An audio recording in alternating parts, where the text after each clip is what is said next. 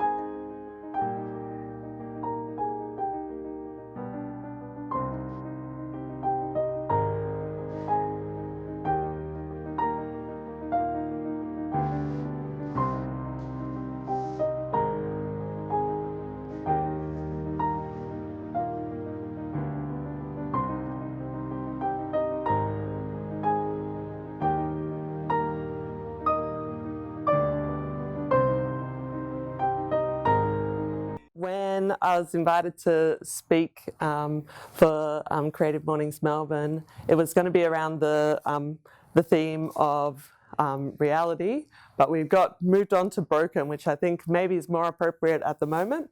And I want to chat with you about that. But when I'm talking about Broken, it can feel like I'm being ungrateful. So before I go through that, I just want to say a few great things about my job and the amazing things that I've been able to do. And while we're based in Melbourne, we also travel around Australia selling our Limedrop range, as well as internationally. We've been on showcases in Dubai, in Turkey, Japan, all around the world. So very lucky to also have shown at the Melbourne Fashion Festival for the past 9 years, as well as Melbourne Spring Fashion Week and Australian Fashion Week as well, which was really amazing. So women's wear, we've got nail polish, a whole range of things. And I think it's really interesting to kind of come from a marketing and fashion background and then move into a whole range of products, not just the 2 clothing ranges that we have each year, but then going into a few more standard lines that we can have that run throughout the year, as well as wholesale. So when we were discussing reality, it was a really interesting time. It was the due date for my new baby. 9 a.m. rolled around and my waters broke, and right on time. And so I finished a few emails, loaded up the car with a wholesale order, a bunch of things to head to the stock. My mum had travelled down from Darwin, so she'd actually been staying with us for 5 days already. So I was feeling a bit of pressure to get this baby out already, and so called her. She was at my sister's house just down the road. So grabbed her, my partner, and drove them all to the shop of course. Drop off some stock in the wholesale order because I knew that the courier wouldn't come and pick it up from my studio now because I wouldn't be there to do that. So made sure the shop girls could organise that. Headed into the emergency. I dropped myself off at the front door and they parked the car. Was sitting in an emergency and I had an email from my PR agency in Sydney, so I just got back to them, said, I won't be able to get that to you today, but I'll probably be able to get it to you like tomorrow, the next day, I'm at the hospital. So they emailed back saying, does that mean the baby's coming? I'm like, oh, maybe, I don't know. So we're in there and get whisked up to the suite, the birthing suite, and get induced and have young Bruce that evening. So all the while making sure that the shop girls know that wholesale order has to get out, as well as scheduling up all the Instagram to make sure that that's going to happen while I'm not going to be able to really focus on that in the next little bit. So with the store in the city, we had 2 staff members. We also ran designer platforms up in the mezzanine, so where month-long residencies where young designers could come in and have a retail platform. We'd look after all the retail side of everything, and then they get their first kind of foray into fashion retail. Really low, I guess, investment from them, and just wanting to be like that support for young designers. So. As well as that, we also I was doing all the design and logistics for the store. So we have a women's wear line, the eyewear, the nail polish, a little range of socks and shoes that's all just curated, just a little fun thing. We don't design that one.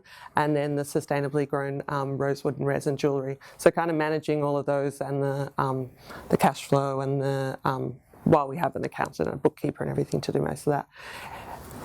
Kind of 2 full-time jobs, and then in my arms is a newborn.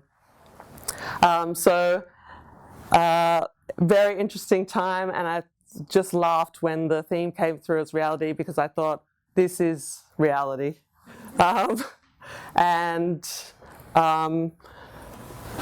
Here's a picture of our shop. So I made the hard decision to, while the shop was going really well, to prioritise my family and to finish up the store in the city. I guess kind of go back to the roots of Limedrop. When we first started, we were doing a lot of wholesale, our online store, designer markets, the runways, all of those things still ran in the background while we had the permanent store. But that was like a tricky thing that came up around realizing that having to be responsible for someone else, as well as feed them every hour for half an hour. I didn't think it was going to be such a full-on thing. I just thought that I could do it. But in saying that, it did so it was the end of our lease, and we still had to, we'd put in a lot of work into the store, and so we really wanted to find someone who could take on that space. It's a beautiful building with lots of creatives. You all know the Nicholas building. I guess there was a lot happening around that. I was still organising to get our, to draw up all the papers and to make sure that everything could run smoothly with the finalisation of that. And then in kind of the other things that we do within the brand, we have a blog where we interview inspiring people and talk to them about their journey and what they thought was impossible but is now possible. So I guess Limedrop's all about fun and the idea that anything's possible. So in these blogs, we can kind of see what other people have done that seemingly was impossible. So still on reality. They're like the kind of behind the scenes things that happen in our studio in Fitzroy.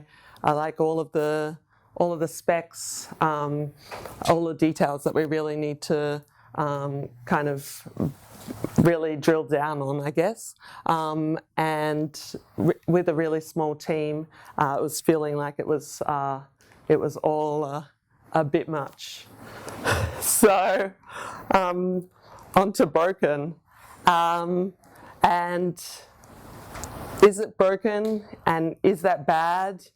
I guess there's like little sayings like, if good happens, then good, but if bad happens, then good. But when you're in the thick of it, it can really suck. So, and I think that's, yeah, I'm really grateful for having lots of really great supports and an amazing family, and lots of things that kind of allow me to be Miss Limedrop. And they were all telling me, you know, everything's going to be okay. But I think there's a point, you know, I know that they're right, and I know that everything's going to be okay. But when you're in the thick of everything, it really feels like everything does suck, and it's okay for that to feel like that. But I think when we were creating the store and stripping back all the layers of construction that had gone on over the years, so taking back, there was wood floor, and then underneath that was 3 layers of tiles, and then underneath that was tar that all my friends and I chipped for 2 weeks to get back to our bare concrete. I guess all that stripping back of all the layers, and then underneath what we found was like, you know, the beautiful raw concrete, but with a big line, a big broken chip in it. And so working with our designers, Moth Design, we were trying to work out a solution for this floor. And so we thought that we would use like an old Japanese technique where we would mix bits of gold into resin for us, and fill this line in the store, and it's a little gold kind of river that runs down the front little section, which was where the pause was for the Genki store. But I felt like it was, Kate from Moth Design kind of said to me, that's such a clear solution. You know, there's something that's not right, but you just highlight it and kind of make it as a bit of a feature. And I really felt like that was a really nice thing about the store, that we had taken it back to its bare kind of essentials, but then had these like little highlights that, you know, maybe were even better from the cracks and the broken parts.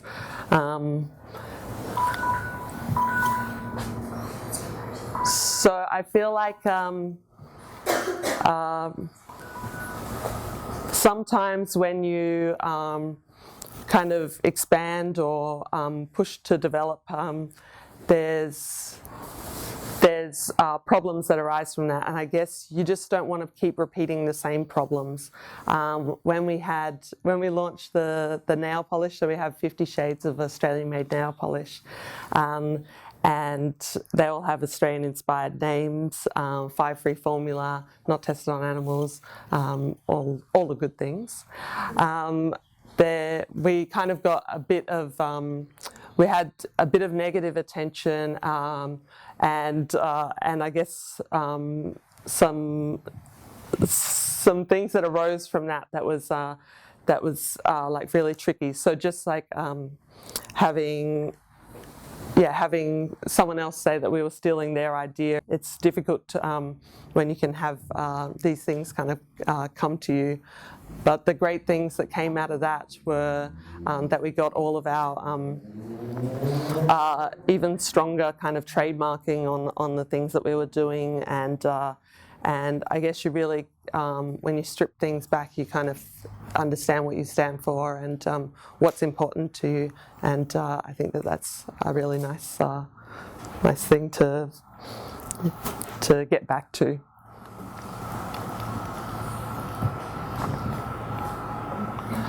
So around the same time that Mr. Bruce arrived, we had some amazing launches in the store.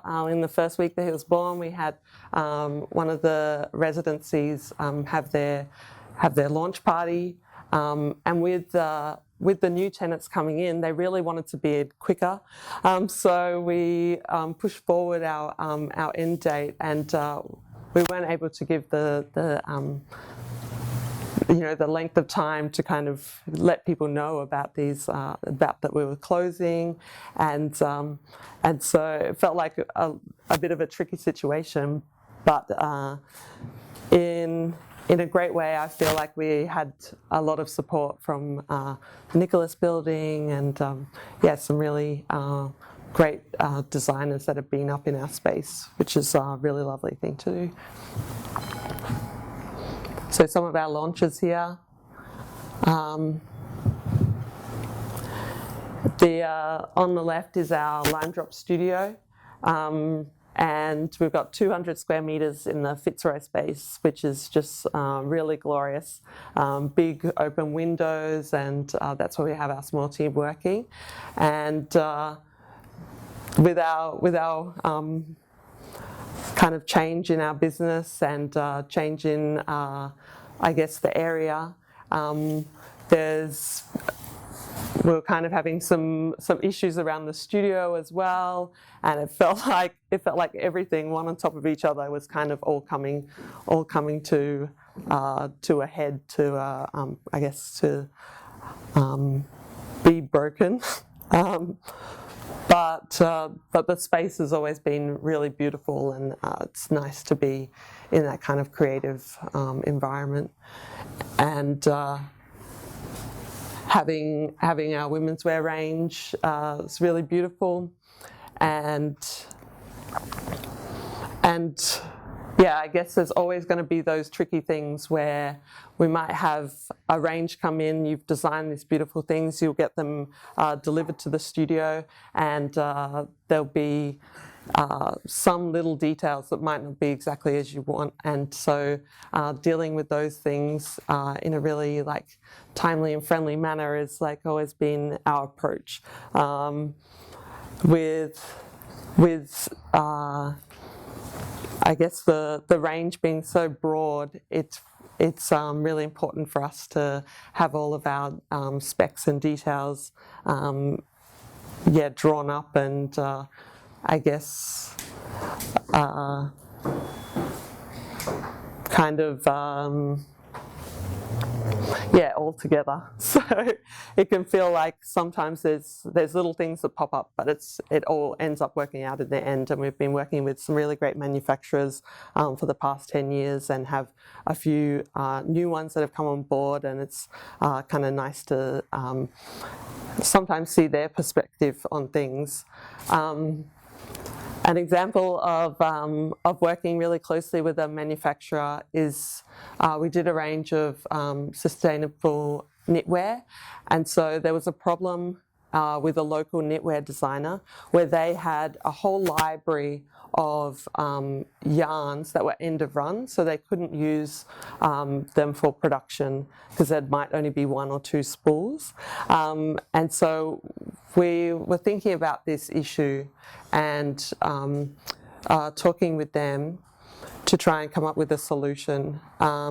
So we worked with choosing a couple of their yarns and blending them into some knits in patterns that they already had, so that we could start to clear some of their backlog of stock.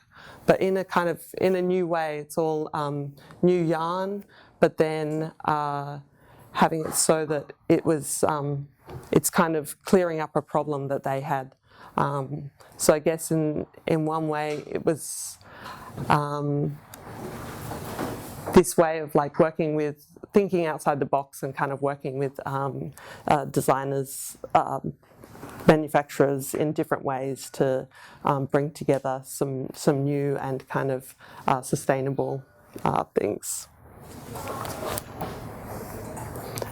In a similar way, we had the the socks. We were stocking a sock label, and then weren't able to continue with them, and really felt like it was like the end of the world, the end of the line.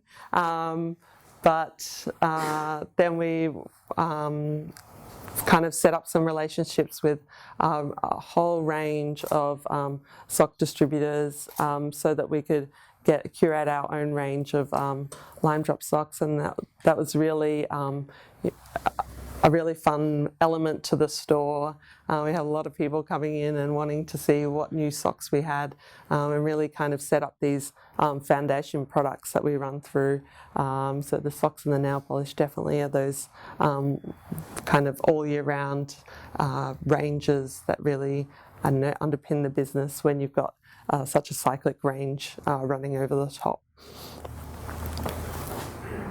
So I guess the main thing is to not have the same problems. If you're having different problems, then I feel like you're progressing. Whereas, yeah, if you keep repeating the same thing, at least you're probably not going anywhere. So I like this idea that kind of seeing things in a different light can help you change up the way you do things, and yeah, I guess it's runs in the same realm as this is like this little, it's not about the shoes, even though they're great. This is like the only photo that I could find of like the little gold river in the store, but I think that's kind of a really nice thing. The things that have been really successful for us is definitely standing alone and doing the things that are inspiring, that are around fun and colour, and definitely the fun glasses and our rainbow perspective have always been the things that I think have been unique about the brand and definitely given us a lot of opportunities. And that's me. More time for questions. Awesome. Awesome. We do have a few minutes for questions if anyone has anything they want to discuss. Yep, in back. It sounds like, as you said, breaks are inevitable. How do you remain so calm? For example, when you're going to later but still able to send PR, like that? That's a really great question. How do you remain calm even though breaks are inevitable? I think that I like to think of myself as a duck. So I'm just like cruising at the top and just like my legs are just going like really fast underneath. No, I really, when the business kind of came back to just being run by myself, I really got obsessed by positive affirmations and I guess, I don't know, embracing the stillness, kind of being mindful of things. Like I'm pretty impressed with all of you for being out this morning, and I was really looking forward to this moment where I'm like, I have two hands and I could plan to do something and do it. Those little things are like really amazing. Any other questions? Yes. Yeah, I suppose it's been great to hear about, like, practically how things get handled when they're broken. But if you can cast your mind back to maybe the why of when you started, like, what was it that was broken about the industry that said to you, "Oh, I actually think I need to create a fashion brand." Mm-hmm. So more of a question on the why. Yep, absolutely. Yeah, I think when I started the brand, it was definitely around a time when lots of people were doing t-shirt labels and it was kind of felt a bit accessible. But I guess fashion's always been quite serious and quite moody, and I think that there's an optimism that I wanted to bring to the industry, and to have that element of fun and intrigue and I guess novelty. Like the products that have really worked for us are the ones that are novel or that are over the top. the other part is, I guess, always try and do a sustainable project. I mean, in essence, fashion isn't sustainable. And so just like if we can do in our little ways small things that make a difference, I understand that it's not going to be, I can't make my whole business sustainable, but it's I guess these little things where we can work with local manufacturers and say, okay, what's happening? Can we work in your downtimes rather than everyone sampling at this time and producing at this time, and there's huge pressures on them? Can we work in a way that's we're working when they're quiet, or can we use up some of their stock that they have already there? Or doing like our sustainably grown rosewood and resin jewellery. So just kind of having that element, being a little bit mindful, trying to produce the chemical, the 5-free formula nail polish locally, those kind of elements. Up front. What is your relation with risk in terms of expected and unexpected breaks, and how this makes some progress on the right? Yeah, I think risk is, I guess, goes hand in hand with fashion and any small business. But I always feel like I'm always all in on all risk. In that way that you want to be free and experimental, but I guess you also need to be mindful of like you've got you've kind of got other people on board that you need to be that you're responsible for ultimately, and I guess that there's always risk that there's unexpected things that come up, and I think it's a good thing that kind of pushes you, and I guess the things that I guess you want to safeguard against the risks that you can think of, and then there's always going to be something else, and there'll be some reason or something that's come up from that makes it move forward. And just one last question at the back. When you said when things are good, it's good, and when things are bad, it's good. What's your experience in relation to, say, so-called negative feedback or some sort of criticism that's come your way that may have led you down a different path, like a better path, or considered something that you may not have had you not gotten that criticism, so that it's good? Mm-hmm. Yeah, totally. I guess when you're putting yourself up, you've got to stand behind like all your products, all your decisions, and really, I guess it's operating in a way that's you hold yourself to really high standards, and if there's feedback that's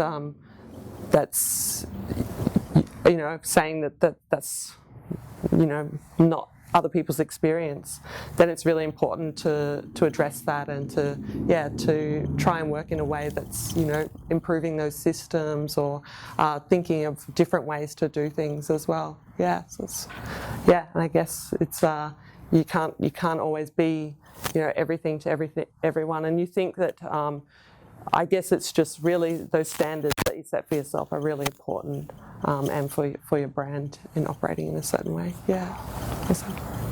Clea, are you planning on opening another retail? Yes, I love retail. I'm like always looking, and I really didn't want to close the store, but it's just like it was just time to prioritize that, and of course I want to go back and pop-ups and all those things. I think we've had 5 pop-up shops, and I just love that. I love the interaction, and I love everything that's come out of it. It's really cool. Awesome. Let's give another hand to Clea. Yeah, thank you.